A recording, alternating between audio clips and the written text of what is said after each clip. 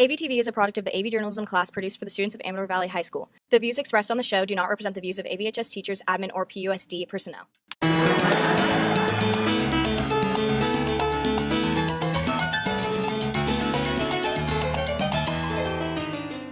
Good morning, Dons. Today is Wednesday, March 24th, and I'm Nicketh.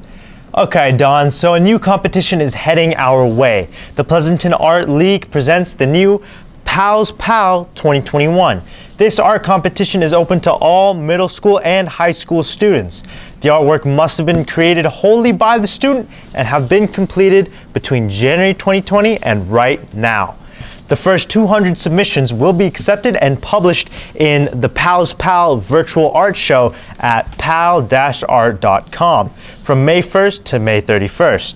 The judges will award cash prizes for the best of show for $40 and 5 merit awards for $20 each. There will also be ribbons for 5 honorable mentions. Submissions will be accepted from April 19th at 8 a.m. and will close on April 24th at 11:59 p.m. The entry fee is $10. For more information, go to bit.ly/316LKLR. Hey Dons, as hard as leadership has been working this year to keep up the AV spirit, it has been a little hard for people to feel connected to campus, especially for those of us staying remote for the rest of the semester. But we have something special coming up soon to help, sooner than you might think. We can officially announce that Amador will be hosting the annual, anticipated, amazing 2021 Donversity Spirit Week and Rally during the week of April 19th to the 23rd. Here's a short clip to get you as excited as we are. Let's check it out.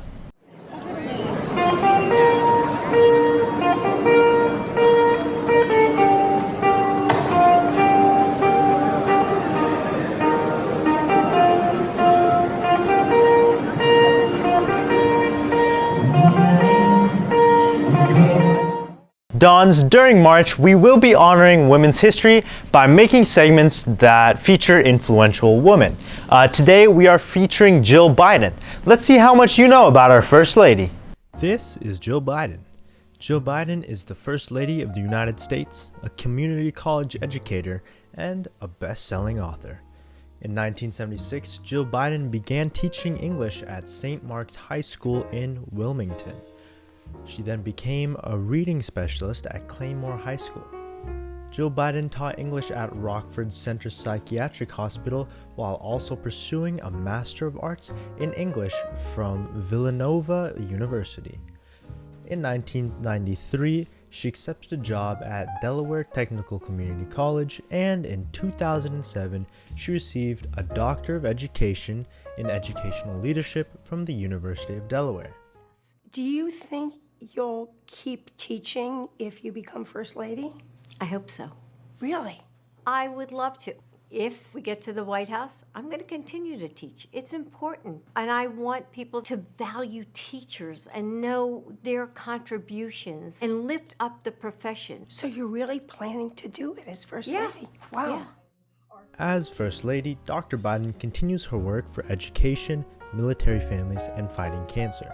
She's also a professor of writing at Northern Virginia Community College.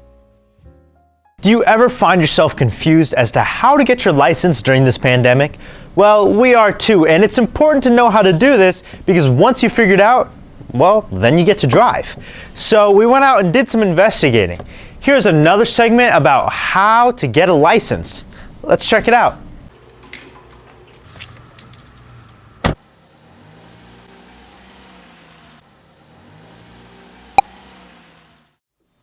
Driver training is considered an essential business as per policies released by Governor Newsom and the Department of Homeland Security. Driving academies have, of course, implemented various guidelines in order to make lessons safer for both students and instructors.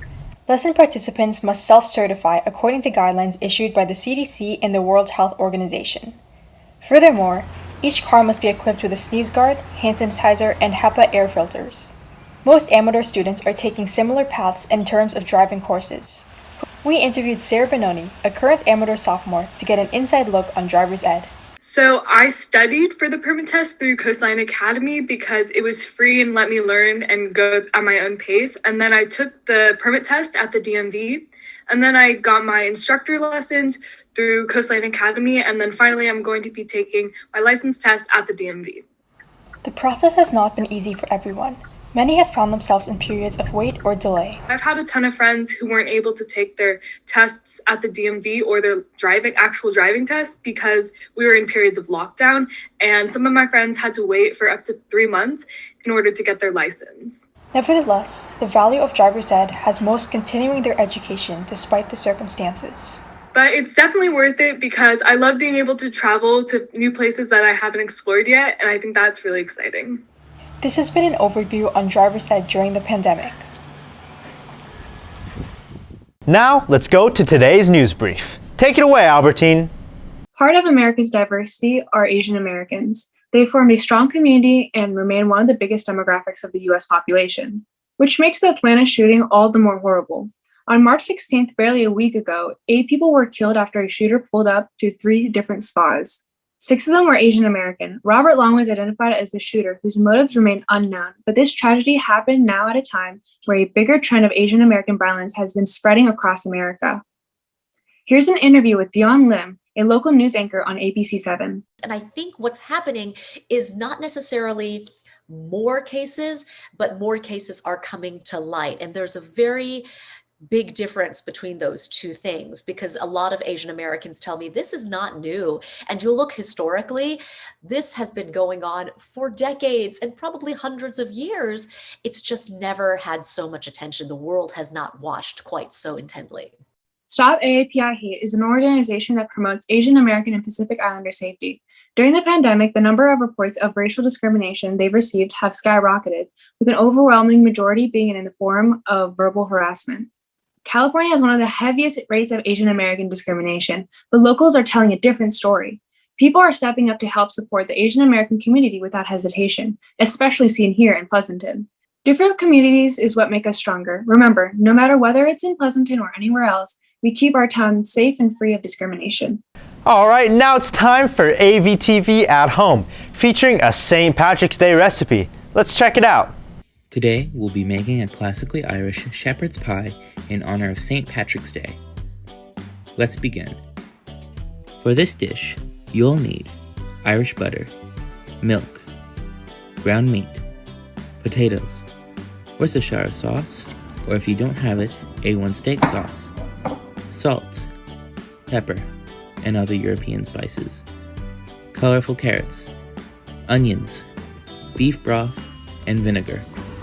Before we begin, make sure to wash your hands to prevent bacteria from spreading, especially if you're making this dish for others. First, let's start by peeling 8 medium-sized potatoes. Make sure your hand is in a safe position so that you don't harm yourself while using the peeler. Throw away the potato peels.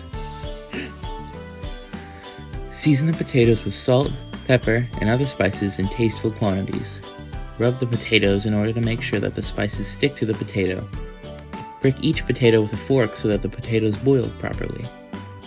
Leave that to boil for 20 minutes. Put half a bar of your Irish butter into a pan and sizzle your onions and colorful carrots into the pan until the onions are browned. At this stage, you can put your grounded meat into a pan and cook until no longer pink. Once everything is cooked, add in 1 cup of your beef broth and 4 tablespoons of your Worcestershire sauce to the pan. Mix thoroughly and let sizzle in the pan on low for 10 minutes.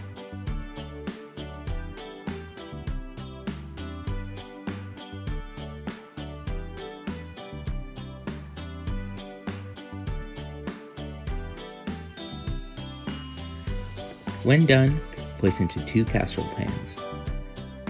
Pour out your boiled potatoes into a strainer to get the water out. Transfer them into a heated bowl and mash them with a wooden spoon. Mix with milk and butter and season with your European spices. Pour your mashed potatoes onto the 2 casserole tins of ground meat and place it in the oven at 400 degrees Fahrenheit for 5 minutes. Take out with your oven mitts and enjoy. Well, Dons, that's it for today. Make sure you check back in with us on Friday for more news, announcements, and profiles. Thanks for joining us as always. Our goal is to make sure we keep you connected, because when the world shuts down, we push ahead because news matters. And remember, Dons, it's always a beautiful day here at Amador. I'll see you next time.